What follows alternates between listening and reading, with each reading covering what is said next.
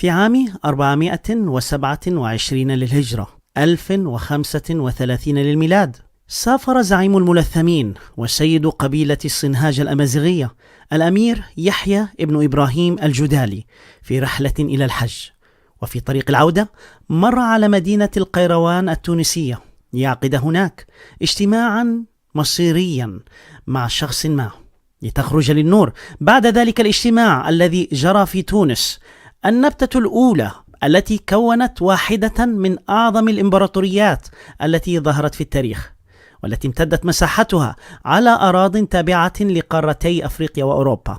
فمن يكون ذلك الشخص الذي التقاه الأمير يحيى ابن إبراهيم الجدالي في تونس؟ وما الذي دار في اجتماعه معه؟ وماذا فعل زعيم الملثمين بعد هذا الاجتماع؟ ولماذا تونس بالتحديد؟ ما سر هذه البلاد العجيبة؟ إننا نتحدث عن دولة المرابطين، ميلاد الإمبراطورية. ما وهمنا نحن أحمد المثنى في طريق الأجل سرنا، اسألوا التاريخ عنا. ما وهمنا نحن أحمد المثنى. مرحبا بكم، هذا جهاد الترباني يحييكم في حلقة جديدة من برنامج العظماء 100، وفيها نستكمل الحديث عن حكاية المرابطين والأندلس. وخلال الحلقات الثلاث السابقة حاولت تسليط الضوء على الخلفية التاريخية والظروف الاجتماعية التي نشأت فيها قوة الملثمين الوليدة في صحراء المغرب الإسلامي. ورأينا خلال الحلقة السابقة كيف أن أمور الملثمين استقرت في نهاية الأمر على رجل صالح من فرع جدالة من قبيلة الصنهاج الأمازيغية اسمه الأمير يحيى ابن إبراهيم الجدالي، وتوقفنا معه في القيروان أثناء رحلة العودة من الحج. وفي هذه الحلقة إن شاء الله سنستكمل أحداث هذه الحكاية الممتعة. هناك في القيروان التقى الأمير يحيى ابن إبراهيم الجدالي بأعظم علماء المغرب في تلك الفترة، الرجل الذي يعتبر عمليا العقل المدبر الذي خطط لميلاد إمبراطورية المرابطين، وهو الفقيه المالكي والحافظ المغربي الأشهر في ذلك الزمان الإمام أبو عمران موسى بن عيسى ابن أبي حاج الغفجومي المعروف بأبي عمران الفاسي. وكما هو ظاهر من اسمه فهو من مدينة فاس المغربية، ومدينة فاس عبر التاريخ وحتى يوم الناس هذا تعتبر العاصمة العلمية والثقافية للمغرب. كثير من علماء الأمة ومفكريها الكبار الذين أثروا في الحضارة الإسلامية خرجوا من هذه المدينة المغربية فاس. ولكن ما الذي كان يفعله هذا العالم المغربي في تونس؟ لماذا لم يقابله الأمير يحيى في فاس بدلا من القيروان؟ الفقيه أبو عمران الفاسي كان في ذلك الوقت قد ترك فاس بعد أن عم الفساد والانحراف العقائدي والاجتماعي في الدويلات القبلية التي انتشرت في بلاده في ذلك الوقت. ولأن هذا العالم الجليل لم يكن من كهنة المعبد المنافقين، ولأنه لم يكن من ذلك النوع من العلماء الجبناء الذين يفضلون السلامة على الحق ويكتمون ما أمرهم الله أن ينشروه بين الناس، ضيقت عليه سبل العيش من قبل سلطات دولة مغراوة التي تحدثنا عنها في السابق، وأطلقوا مرتزقتهم لينهشوا في لحمه في حلقات العلم، فلم يستطع الإقامة بفاس وهاجر إلى تونس ليستقر الفقيه أبو عمران الفاسي بمدينة القيروان التونسية التي كانت جامعتها في ذلك الوقت منارة للعلم في شمال أفريقيا. وهناك في القيروان اشتهر بفقهه وإفتائه وتدريسه وخطابته، فذاع صيته في أنحاء العالم الإسلامي، وقدم إليه طلاب العلم من مختلف أرجاء بلاد المغرب والأندلس للتزود من علمه الغزير. وكان من طبيعة الحجاج في ذلك الوقت أن يتزودوا بالعلم أثناء طريق الحج، فنزل الأمير يحيى لينهل من مجالس العلم فيها، واعتاد الجلوس في حلقات العلم للإمام أبي عمران الفاسي. وفي مرة من المرات سأله الإمام الفاسي عن أحوال قبيلته وعن مذهبهم العلمي الذي يسيرون عليه، فشرح له زعيم الملثمين كيف أن الناس في قبيلته ابتعدوا عن شرع الله وسنة رسوله محمد صلى الله عليه وسلم، وقال له: ما لنا علم من العلوم ولا مذهب من المذاهب، لأننا في الصحراء لا يصل إلينا إلا بعض التجار الجهال حرفتهم الاشتغال بالبيع والشراء، ولا علم عندهم.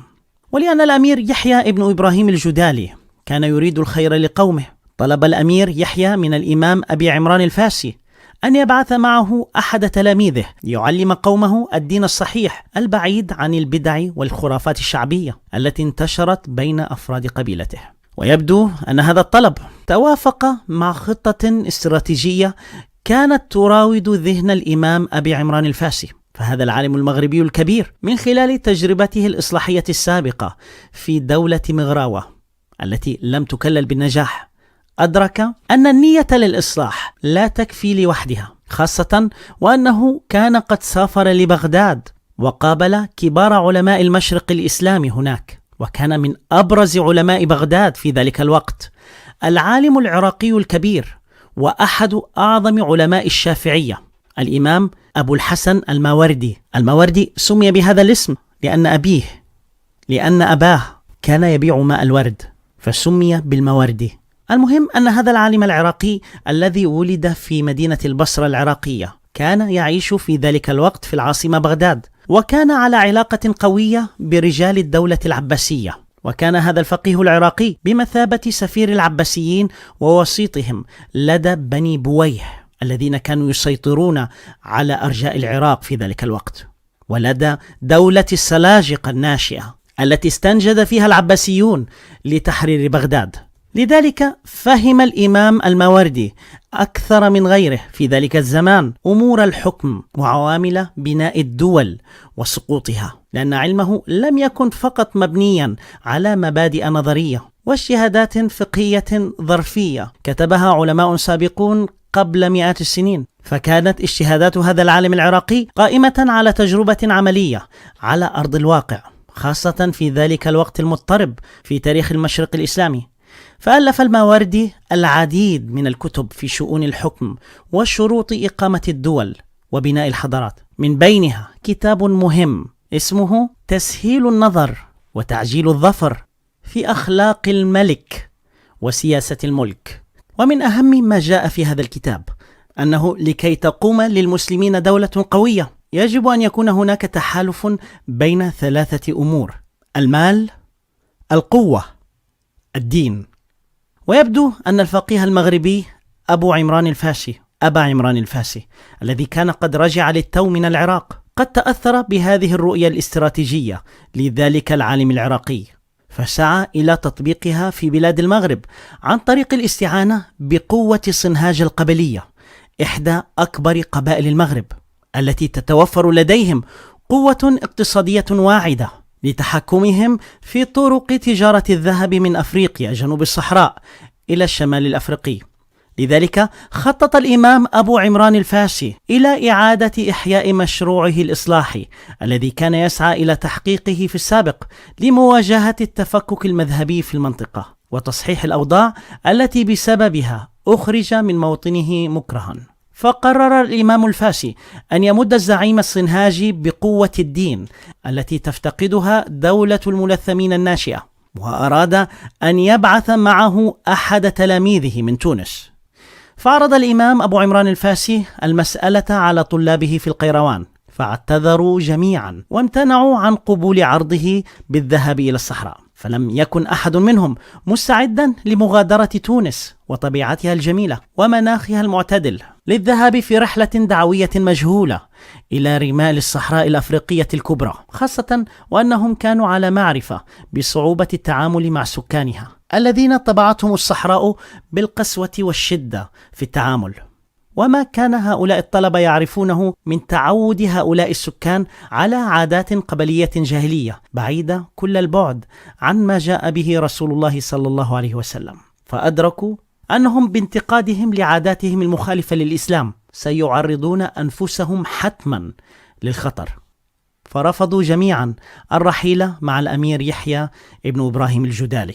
ولكن الإمام أبو عمران الفاسي أصر على تنفيذ مشروعه الإصلاحي، فكتب رسالة وأعطاها للأمير يحيى ابن إبراهيم الجدالي، وطلب منه أن يتوجه بها إلى بلاد السوس في المغرب ليسلمها إلى أحد تلامذته المغاربة في بلاد السوس، لتبدأ من تلك الرسالة التي كتبت حروفها في تونس بيد عالم مغربي جاء من فاس، تعلم في بغداد من فقيه عراقي ولد في البصرة، ليسلمها لأمير أمازيغي يقيم في هضبة أدرار في موريتانيا الحالية، ليسلمها هذا الأخير بدوره إلى عالم مغربي آخر يقيم في بلاد السوس في المغرب، لتبدأ من تونس التحركات العملية الأولية لمشروع إقامة إمبراطورية المرابطين.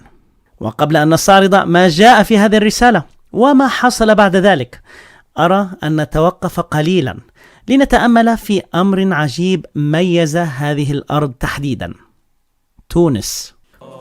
واذكروا فتحا لمكة بعد صابر وانتظار، طارق في وادي لكة خاض أمواج البحار. هناك ظاهرة عجيبة لاحظتها من خلال دراستي لتاريخ الأمم والحضارات، تتمثل بارتباط أسماء بلدان ومدن محددة بأمور محددة تكاد تتكرر من جيل إلى آخر بالرغم من تعاقب الزمان. فمثلا ارتبط العراق عبر التاريخ بأمور كثيرة تكاد تتكرر من جيل إلى آخر، ومن بين تلك الأمور ارتباط العراق بشكل عجيب بفنون اللغة والأدب. فكما هو ثابت لدى علماء التاريخ والآثار، كان سكان العراق القديم هم الذين اخترعوا الكتابة، وهي الكتابة المسمارية التي ابتكرها السومريون تحديدا في مدينة أوروك جنوب العراق. ويمتلك العراق أيضا، أو كما كان الإغريق يطلقون عليه، ميسوبوتاميا، أي بلاد ما بين النهرين، يمتلك أقدم نص شعري محفوظ في التاريخ، وهو ملحمة جلجامش التي كتبت في زمن الدولة الأكدية. وحتى مع سقوط حضارات العراق القديمة على يد الفرس، كانت بادية العراق مركزا أدبيا كبيرا للقبائل العربية التي هاجرت إليها، خاصة قبيلة بكر بن وائل، إحدى أكبر وأعرق قبائل العرب.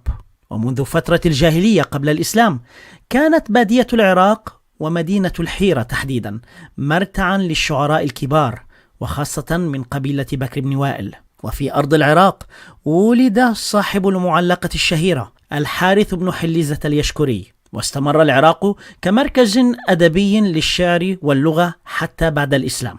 وولد في مدينة الكوفة العراقية من يعده كثير من المؤرخين شاعر العرب الأول، أبو الطيب المتنبي. واتفقت أو اختلفت مع ما يكتبونه، فقد ظهر في العراق قديما وحديثا شعراء كبار من أمثال بدر شاكر السياب والجواهري والحلي وبشار بن برد وأبو العتاهية ونازك الملائكة. وكما أن العراقيين هم من اخترعوا الكتابة، فيرجع الفضل لهم أيضا في تطوير الكتابة العربية وتأصيل النحو العربي. فكانت أرض العراق هي المكان الذي وضعت فيه النقاط على الحروف، ووضعت فيه الحركات، وصيغت فيه أصول النحو والقواعد، ورسمت فيها الكتابة العربية كما نعرفها الآن. وبرزت في العراق مدرستان هما اللتان أصلتا للغة العربية، مدرسة البصرة ومدرسة الكوفة. وفي العراق عاش أشهر عمالقة اللغة والنحو كسيبويه والفراهيدي وأبو أسود الدؤلي. وما يزال أهل العراق حتى يوم الناس هذا هم الأكثر بروزا واهتماما باللغة العربية، كالعلامة العراقي الدكتور فاضل السامرائي وغيره من أساتذة اللغة في هذه الأرض التي ارتبطت بالحرف الأول منذ فجر التاريخ.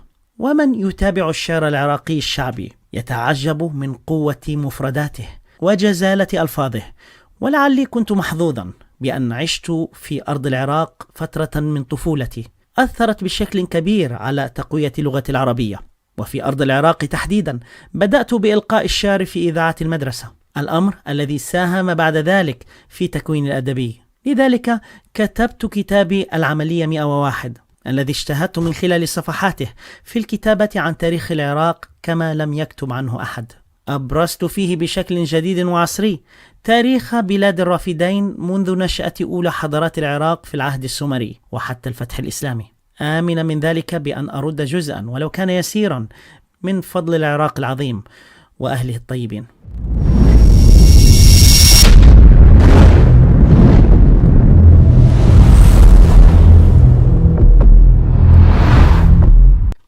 ونأتي الآن إلى تونس. ارتبطت تونس عبر التاريخ بظاهرة عجيبة في تاريخ الإنسانية، فقد ارتبطت هذه الأرض بشكل عجيب ولافت للانتباه بتغيير التاريخ، فكانت تونس نقطة البدء لتغييرات كبيرة في تاريخ البشرية. وإذا كنت تعتقد أن هناك مبالغة في ربط تونس بهذه الظاهرة، عليك فقط أن تقرأ تاريخها بشيء من التأمل. البداية كانت من مدينة قرطاج التي أصبحت مركزا للمهاجرين الفينيقيين القادمين من سواحل فلسطين ولبنان وسوريا، والذين عرفوا بالبونيقيين. هؤلاء استطاعوا تكوين مملكة قوية هي التي عملت على صنع الوحش الذي تمكن من السيطرة على أغلب حواضر العالم القديم، الإمبراطورية الرومانية العظمى. وذلك بعد أن خرج الملك البونيقي هانيبال أو حنبال من تونس في حملة عسكرية كبيرة لغزو عاصمة دولة الرومان الناشئة روما، مصطحبا معه لأول مرة في تاريخ البشرية الفيلة إلى القارة الأوروبية ليعبر بهذه الفيلة جبال الألب، الأمر الذي أعقبته صدمة وجودية للرومان أدت في نهاية الأمر إلى توحشهم الإمبراطوري، وكانت سببا بهجومهم المضاد إلى البر التونسي واحتلالهم لقرطاج وتدميرها. ومن بعد ذلك احتلوا كامل حوض البحر المتوسط، ومن ثم تمددوا في القارة الأوروبية حتى وصلوا حدود اسكتلندا. هذه التحركات الرومانية التي تسببت فيها تونس ما تزال آثارها السياسية والثقافية وحتى الدينية قائمة في دول العالم حتى يوم الناس هذا. تونس كانت على موعد مع التاريخ أيضا عندما تمكن سكانها لأول مرة في تاريخ الأرض من احتلال روما لمدة أسبوعين كاملين، وذلك بعد أن أصبحت موطنا لقبائل الفاندال والآلان الأريسية التي هاجرت من أوروبا إلى شمال أفريقيا هربا من الرومان، ليختاروا تونس ومدينة قرطاج بالتحديد لتكون عاصمة لمملكتهم الأريسية في الشمال الأفريقي. وبعد ذلك أبحروا من تونس إلى إيطاليا ليجتاحوا روما لأول مرة في التاريخ لمدة أسبوعين كاملين. وبعد ذلك نقل الفاندال إلى تونس كنوز روما، وهناك تفاصيل كثيرة لا يتسع المقام هنا لذكرها، وبإمكان من يرغب بمعرفة تفاصيل هذه الدولة العظيمة التي استطاعت احتلال روما بإمكانه قراءة كتابي حرب الفاندال الذي فصلت فيه تاريخ الفاندال والآريسيين عموما. وبالرغم من بعدها الجغرافي عن ساحة الصراع بين الفرس والرومان، كانت تونس أيضا على موعد جديد مع تغيير التاريخ، وذلك في بدايات القرن السابع الميلادي أثناء حرب الفرس والروم، أو ما عرف في التاريخ بالحروب البيزنطية الساسانية. فقد كانت تونس نقطة الانطلاق لتغيير مسار هذه الحرب بشكل دراماتيكي، فمن أرضها خرج الإمبراطور الروماني فلافيوس أغسطس هرقل المعروف لدينا بهرقل عظيم الروم، الذي أرسل إليه رسول الله صلى الله عليه وسلم رسالته الشهيرة. هذا الإمبراطور يعود الفضل إليه في إنقاذ إمبراطورية الروم بعد هزائمهم الكبرى من الفرس في القصة الشهيرة التي وردت في القرآن في سورة الروم. الشيء الذي لا يعلمه الكثيرون منا هو أن حملة تغيير التاريخ ونقطة التحول في تلك الحرب بدأت بالتحديد من هذه الأرض العجيبة من تونس. فهرقل انطلق في حملته العاجلة لإنقاذ الإمبراطورية الرومانية من أرض تونس بالتحديد، حيث كان يتواجد مع أبيه الذي كان يدعى هرقل الأكبر، والذي كان والي الرومان عليها، لتكون تونس نقطة الانطلاق لتغيير مسار الحرب بين الفرس والروم وتغيير واقع العالم القديم، وذلك بعد أن أنقذ هرقل القسطنطينية التي كانت على وشك السقوط بيد الفرس، واستطاع سحق جيوش إمبراطورية فارس الساسانية في معركة نينوى في العراق ليجبرهم على التوقيع على وثيقة استسلام مذلة تسببت بعد ذلك بتمزق أوصال العائلة الساسانية المالكة وإضعاف الإمبراطورية الفارسية بشكل كبير. وكانت هذه الحرب بمثابة مقدمة ساقها الله سبحانه وتعالى لسقوط إمبراطورية ساسان الفارسية على يد قادة المسلمين بعد ذلك بسنوات قليلة. كل هذا التغيير الدراماتيكي الكبير والذي قدره الله بحكمته بدأ قبل ذلك بسنوات قليلة من أرض تونس. المتأمل الجيد في حكايات التاريخ المتعاقبة يلاحظ أن أرض تونس كانت في مناسبات عديدة على مر العصور المكان الذي تبدأ منه تغييرات كبيرة في التاريخ، واتفقت أو اختلفت معها. هذه التغييرات قد تكون إيجابية أو سلبية، ولكن لا يخفى على أحد أن أرض تونس تتعدى تأثيراتها حدود أرضها، وكأن هذه الأرض لا تبرح تغير من مجرى التاريخ الإنساني من فترة إلى أخرى، وكأن التغيير هو قدر تونس على مر العصور. وفي القرن الخامس الهجري وبدايات الألفية الميلادية الثانية ومن أرض تونس مجددا بدأت لحظة التغيير الكبرى في بلاد المغرب والأندلس، فكتبت من أرض تونس شهادة ميلاد إمبراطورية المرابطين في نفس تلك الرسالة التي كتبها فقيه المغرب أبو عمران الفاسي، وأعطاها لزعيم الملثمين الأمير يحيى ابن إبراهيم الجدالي ليوصلها بدوره إلى أحد تلاميذة الإمام الفاسي في بلاد السوس لتبدأ معها بشكل عملي مرحلة التأسيس لإمبراطورية المرابطين. هذا التلميذ الذي تسلم الرسالة كان يدعى وقاق ابن زلو اللمطي، وكما هو ظاهر من اسمه فقد كان أمازيغيا، وكان وقاق في ذلك الوقت قد أصبح من كبار علماء بلاد السوس، فطلب منه أستاذه الفقيه أبو عمران الفاسي في تلك الرسالة أن يبعث مع الأمير يحيى تلميذا من تلامذته الذين يثق بعلمهم وأخلاقهم ليعلم الملثمين تعاليم الإسلام الصحيح. فاختار الشيخ وقاق رجلا أمازيغيا ينتمي لأحد فروع قبيلة صنهاجة التي ينتمي إليها الملثمون. فمن يكون ذلك الرجل الذي وقع الاختيار عليه ليكون معلما للملثمين؟ وماذا حصل معه عندما سافر إلى موطنهم في صحراء موريتانيا؟ ولماذا رحل بعد ذلك بفترة قصيرة إلى إحدى الجزر الصغيرة في نهر السنغال؟ وكيف نشأت إمبراطورية المرابطين؟ ولماذا سميت بهذا الاسم؟ كونوا معنا في الحلقة القادمة التي سنتابع فيها إن شاء الله حكاية من أروع وأجمل وأنبل الحكايات عن رجل مغربي خرج من بلاد السوس إلى صحراء موريتانيا ومن بعدها إلى نهر السنغال ليكتب اسمه بحروف من ذهب في سجل العظماء. قال رسول الله صلى الله عليه وسلم: إن الله يبعث لهذه الأمة على رأس كل 100 سنة من يجدد لها دينها. يتفق كثير من العلماء أن ذلك الرجل المغربي الذي سنتحدث عنه في الحلقة القادمة إن شاء الله كان من بين هؤلاء الذين يبعثهم الله على رأس كل 100 عام. كونوا في الموعد. السلام عليكم ورحمة الله وبركاته. على هذا العمل الجبار تحية لك. سأتشرف باشتراككم في قناتنا على اليوتيوب لتصلكم حلقة البرنامج أولا بأول، وسأتشرف أكثر باستقبال تعليقاتكم ورسائلكم ومشاركاتكم من خلال وسائل التواصل الاجتماعي على صفحتنا في الفيسبوك 100 من عظماء أمة الإسلام غير مجرى التاريخ. وبإمكانكم أيضا إرسال رسائلكم لي على الإنستغرام وتويتر عبر حسابي الخاص جهاد الترباني، وسنختار من مشاركاتكم ما ننشره في الحلقات القادمة بحول الله. لا تنسوني من صالح الدعاء. السلام عليكم ورحمة الله وبركاته.